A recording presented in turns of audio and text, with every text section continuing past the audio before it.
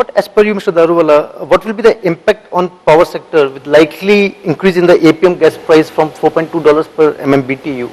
See, I think the gas price increase and the effect on the large power plants is a massive national debate going on right now, and I think it's a huge problem for the power sector, and the gas sector is saying that we can't afford to pump out at this price. So I think that's something that will get settled by market dynamics.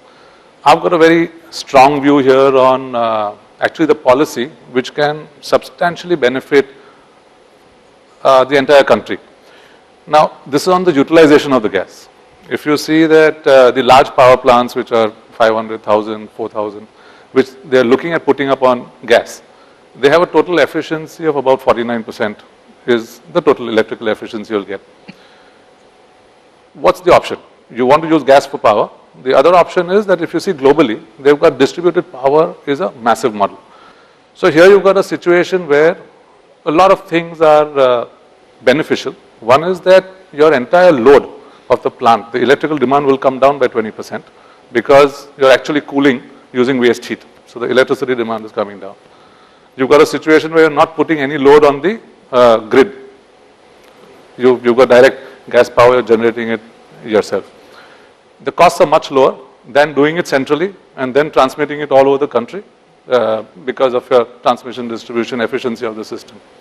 Mr. Shukla, your views on this point? I think Mr. Daruwala rightly explained, and particularly the thing which catches attention of everybody is the conversion of the energy content in the gas to the electricity and various other forms, So it would be very much useful if we could have this gas available. And the problem as of now is that anyway, for the gas is not available, and probably that's not good for the future of the industry or the power plants which are based on the gas. And probably from 2015 onwards, it will start becoming, let's say, available. Another thing I wanted to which came to my mind was, with respect to coal, probably a disruptive technology like CBM, coal bed methanation, that is something which is also needed for efficiencies to be improved.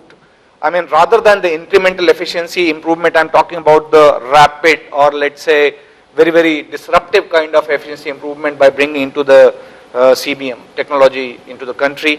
I would like to add one more point on gas. You see, if you take gas, it's though it's very expensive, in fact, it's the most expensive form of energy compared to coal, even renewables. Renewables are cheaper than gas. But gas has a very important advantage, and that one is something it can ramp up power very quickly. Yeah. Unlike coal or any others. Right. And it comes very handy when you want to complement it with renewable power.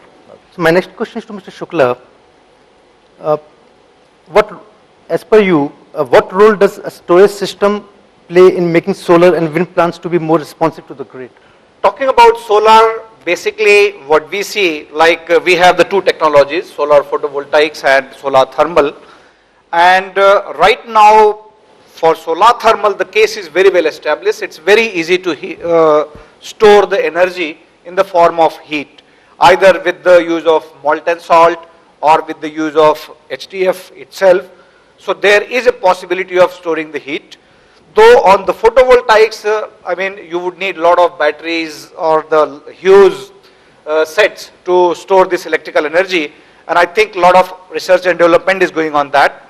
But as far as this solar thermal is concerned, it's very much possible, and it has been also observed to have a very positive impact on the returns on your investment. So first of all, if you have a storage system, then what you can do is, you can collection of the solar energy and then conversion to electrical can be delinked. During the daytime, when you have this solar energy available, you can collect all that energy, and whatever is required by the grid, you pump into the grid after converting to electrical. Whatever is not required, you just store it as heat energy. And then that thermal energy during night, when the sun is not there, or during evenings when the power requirements suddenly go up, this can be used. Recently, there have been a policy directive for scheduling and forecasting generation from the wind sources. What are the implications for this for the sector? Because I'm sure it's not going to be easy. Yeah. A few years back, when somebody says, okay, the seashore is the best place to put wind turbines, because you get plenty of wind there. But it's a fallacy. You don't get wind on the seashore. Where you get wind is on the mountains. And in the mountains, wind is more predominant, you get higher velocities, more generation. So wind has been progressing, but one of the greatest problems about wind is its infirm nature. You can't predict when it is there, when it is not there. As we go on penetrating more and more wind power into the grid, the problem comes is that the grid cannot take that sudden shock of sudden outages of wind, because something has to back up. Like I said earlier, gas is a good alternative which can back up when wind is not there. And you can't do anything about it, it's nature. You can't control wind. But this has been a problem which has been faced by load dispatch centers, and they have been putting a lot of pressure that wind must be forecast and scheduled. And that is becoming effective. In fact, it has become effective from 15th of July. If I can add one point on the wind side, so it's true that wind potential is much higher on the mountains or on the hillside, but it's also true that the wind potential is equally high offshore. So that's where still we need to the policy matter needs to come out of that. If you see most of these European countries, whether it's Germany, Netherlands, most of those countries are already having an installed capacity of in excess of 5 gigawatts on the offshore side.